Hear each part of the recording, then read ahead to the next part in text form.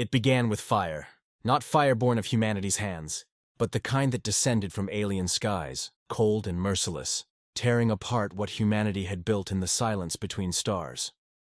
The Zor-Kal were not subtle. Their war fleets arrived above New Carthage, a flourishing human colony on the far edge of settled space. In less than an hour, its oceans boiled, its cities crumbled into ash, and its millions of inhabitants were nothing but whispers in the void. To the Zor-Kal, it was not war. It was not even conquest. It was a lesson. Let them see, one of their high lords sneered across a broadcast hijacked on human channels. Let them know. The Terrans have spread too far, too fast. They will break when they see how fragile they truly are. The transmission ended with laughter, guttural and cruel, echoing in the ears of every survivor who fled in burning refugee ships.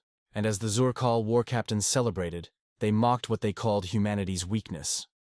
"We did not destroy them," one captain bragged to another, goblets of dark liquor raised high. "We only broke their toy, and now they will crawl back to their homeworld and beg us for peace." But the Zor-Kal did not understand what they had done. They had not shattered a toy. They had not broken a fragile people. They had awakened something vast, something they could not yet comprehend. They thought Earth would break, but Earth was listening. The mockery of conquerors. In the weeks after the slaughter, alien councils and empires murmured with unease.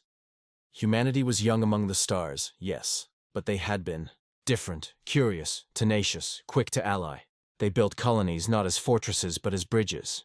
They sent envoys not with threats but with open hands. They fought when cornered but never sought dominion. And so, when New Carthage burned, most of the galaxy expected mourning, silence, perhaps even retreat.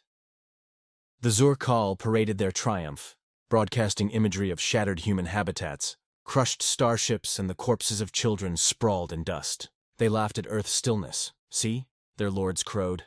"They do nothing. They are already broken." In orbit above their capital, great feasts were held aboard Leviathan dreadnoughts. The Zor-Kal celebrated in the way only arrogant predators could, by assuming the prey had no teeth left to bear. Even their allies began to believe it. "Earth will bow," whispered traitors in hushed tones. The Terrans were never warriors. Their peace will be their undoing. The galaxy watched. The Zor-Kal mocked, and Earth remained silent. The silence before the storm it began subtly. Reports from deep space observatories, supply lanes shifting, long-range transmissions going quiet. Human trade fleets vanished from their regular routes. Research stations withdrew from shared projects. The diplomats who once crowded galactic councils returned home, one by one, their faces grave, their voices clipped. At first, it seemed like retreat, like submission, but then came the shadows. The Zor-Kal's patrol fleets reported ships, silent, black, human, observing them from the edges of sensor range. They would not fire. They would not speak. They would simply watch, then vanish into the dark. Something was moving. Something vast. One Zor-Kal commander, unnerved, broadcast a challenge across all channels. "Terrans, show yourselves! You cannot frighten us with shadows." The reply came days later. One message, a single sentence, carried across the Zor-Kal networks, burned into their communication relays. "Untraceable. We are coming." The galaxy shuddered. The sky cracks. Open when humanity moved, it was not with cries of vengeance. It was not with anger. It was with precision, with calculation, with the silence of executioners. The first Zor-Kal fleet to fall never even saw their killers. Thousands of warships, armored and bristling with weapons, were reduced to slag drifting in orbit over a barren moon. Blackened wrecks floated in eerie silence, all transmissions cut. The second fleet screamed. They broadcast pleas for reinforcements as fire rained from nowhere. Human dreadnoughts emerging from warp tunnels with weapons burning hotter than suns. The Zor-Kal tried to flee. They were pursued. None escaped. By the time the Zor-Kal High Command grasped the scale of the retaliation, humanity had already committed its fleets. All of them. Carriers that had slumbered in Earth's orbit for decades. Shipyards emptied. Weapons once thought theoretical, experimental, untested, unleashed without hesitation. Every human fleet was mobilized. Every colony sent soldiers. Every nation of Earth, united in silence, whispered the same vow. They thought we would break. And so, the Zor-Kal Empire saw what it truly meant when humanity refused to break. The vengeance of Earth. The human fleets did not fight as others did. Where alien war doctrine was about honor, spectacle, and dominance, humanity fought with something older, something darker. They fought with the memory of cities turned to ash, They fought with the rage of parents who had lost children. They fought with cold, relentless vengeance. The Zurkal's worlds burned in turn. Their colonies were erased in hours, orbital bombardments turning proud metropolises into seas of molten glass.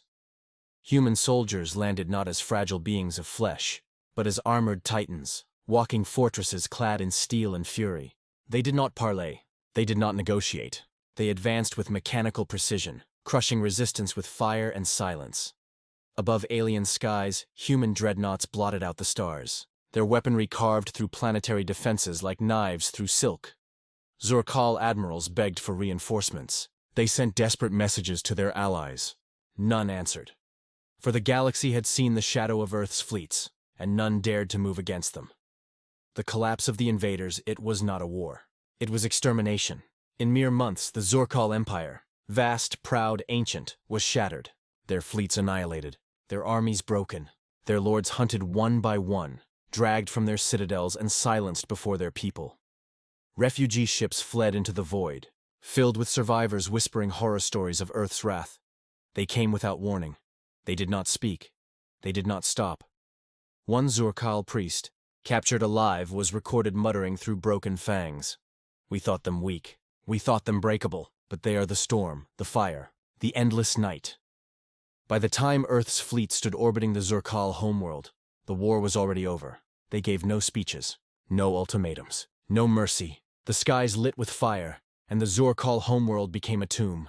The ashes and the whisper, and then silence. Where once an empire stood, there was only ruin. Where once arrogant voices mocked humanity, there was only ash.